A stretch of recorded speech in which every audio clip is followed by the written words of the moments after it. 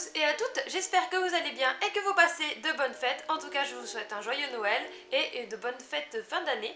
Et donc nous allons ouvrir la dernière Neon Box, celle de décembre 2022.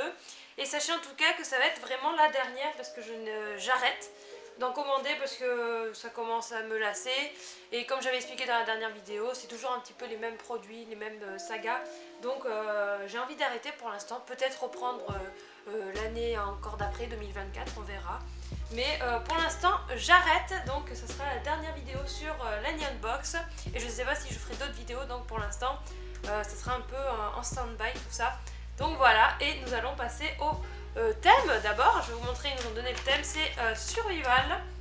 Du coup, et donc on va commencer le premier objet. Notre premier objet, c'est une peluche mochi sur le manga Blue Lock. Je connais pas du tout, apparemment c'est un manga qui fait fureur au Japon et à l'étranger. C'est sur le thème du football survival. Et nous avons au choix, au hasard, parmi 6 joueurs vedettes de l'équipe Z.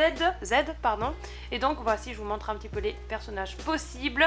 Et nous avons celui-ci. C'est apparemment Izagi, c'est écrit derrière. Izagi, le numéro 11. Donc voilà, un nouveau manga. Bon, c'est bien, ça y est, ils ont mis une nouvelle licence. Alléluia. Mais du coup, je connais pas du tout. Et puis le football, ça m'intéresse pas trop, donc je ne pense pas le regarder.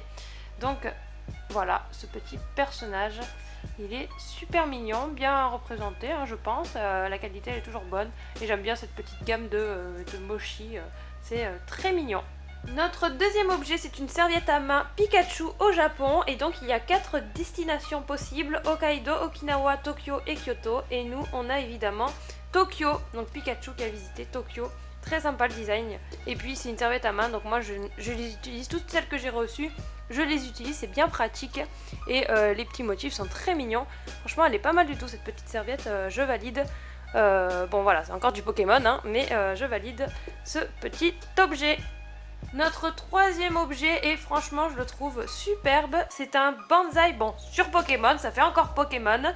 Et en gros, il y a 6 bonsaïs différents possibles avec Pikachu, Luigia, Carapuce, Caninos, Marison ou Momartic. Et du coup je vous montre les autres possibles. Donc ceci, voilà, et ceci. Et moi j'aimerais bien avec Caninos, franchement je l'adore celui-là, ça a l'air très joli. Celui-là aussi il a l'air sympa.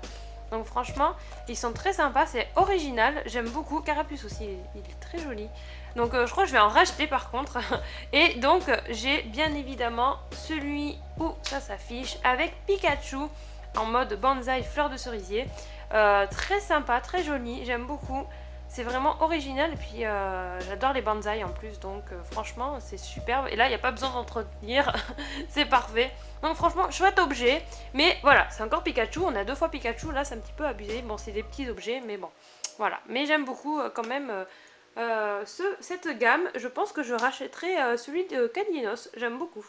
Notre quatrième objet, c'est un porte-clés Senzu Demon Slayer.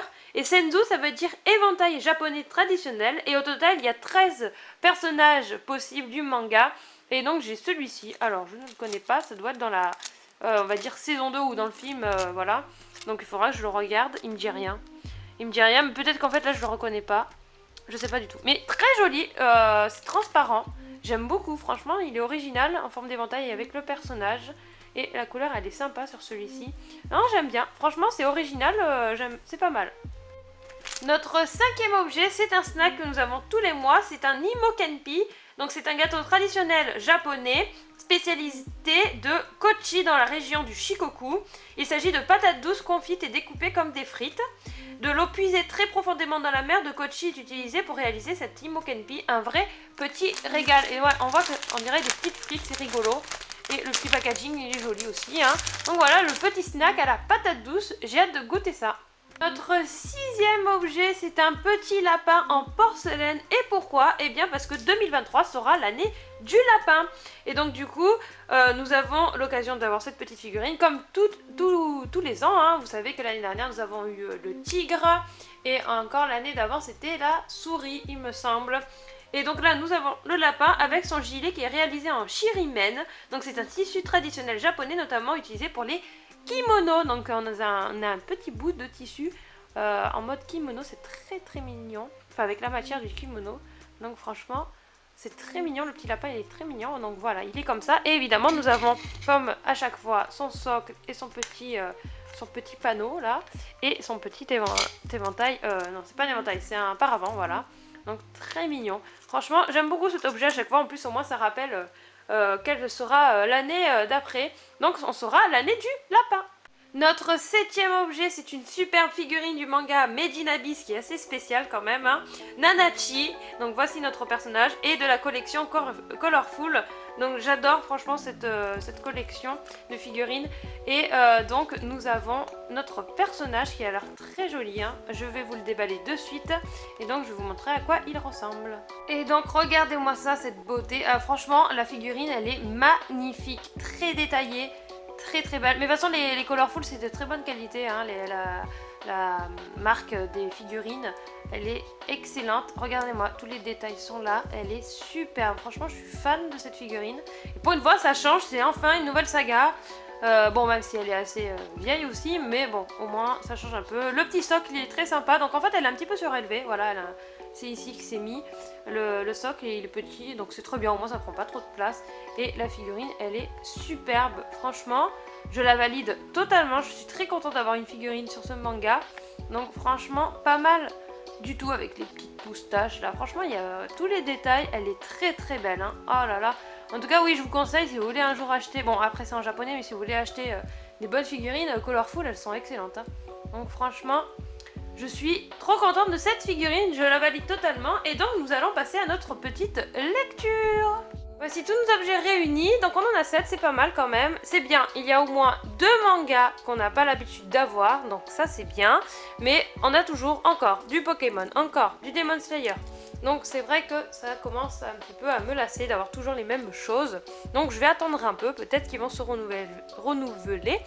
Mais je compte pas recommander de sitôt, et puis elle commence quand même à être un peu chère cette box, donc je verrai plus tard. Et nous allons commencer notre petite lecture. Décembre, donc nous avons une petite image. 2022 se termine déjà, l'occasion pour nous de partager cette toute dernière box de l'année avec vous. Remplie comme toujours de surprises venues du Japon.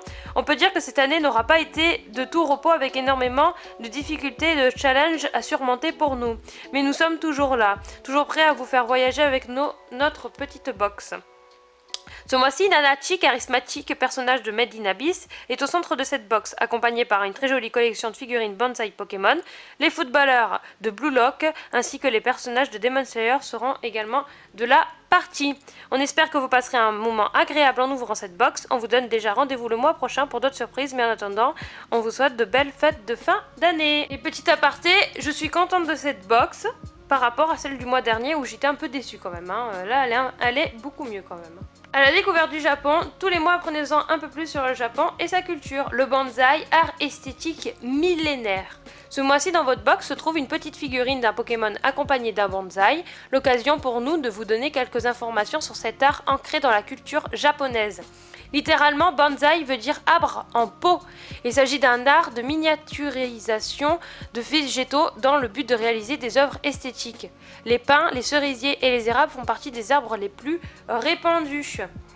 Cette pratique a vu le jour au Japon sous influence chinoise durant l'époque Heian, donc 794 et 1185, puis s'est démocratisée durant l'époque Edo, 1603-1868.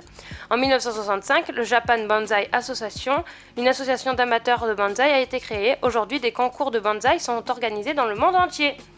La culture de bonsaï demande un travail aussi précis que délicat, avec l'application de techniques spécifiques, le taillage, le rempotage, la vaporisation des feuilles, dosage des apports nutritifs, etc. au quotidien. La réalisation d'un bonsaï prend beaucoup de temps en raison de l'importance de la mousse, du feuillage et de la forme de l'arbre. Même un très petit bonsaï prend 2 ans pour être achevé. Certains amateurs de cet art suivent des cours organisés par des sociétés spécialisées dans les bonsaïs. Dans la ville de Omiya, située dans la préfecture de Saitama, donc au nord de Tokyo, se trouve un grand musée consacré au bonsaï. Celui-ci abrite des arbres de plus de 1000 ans qui continuent toujours d'évoluer. Dans les environs du musée, on peut observer de très nombreux bonsaïs dans le Omiya Bonsai Village. un ensemble de 6 pépinières remplies d'arbres miniatures. L'âge est un facteur important pour déterminer la valeur d'un bonsaï. Dans le passé, un pin de plus de 1000 ans a été vendu à 100 millions de yens, donc ça veut dire 800 000 euros. Vous vous rendez compte? C'est le prix d'une maison. Très cher. En 2017, s'est tenue une exposition mondiale consacrée au bonsaï à Saitama.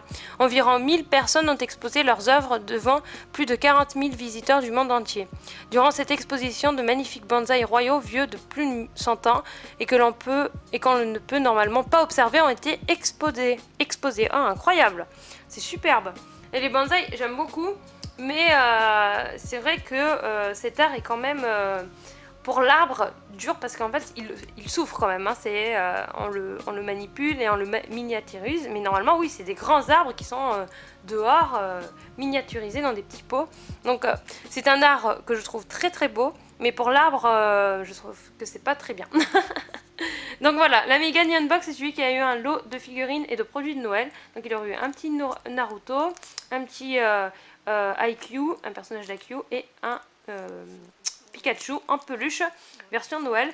Très sympa, franchement, pas mal du tout. Et bien, on se retrouve pour le clap de fin.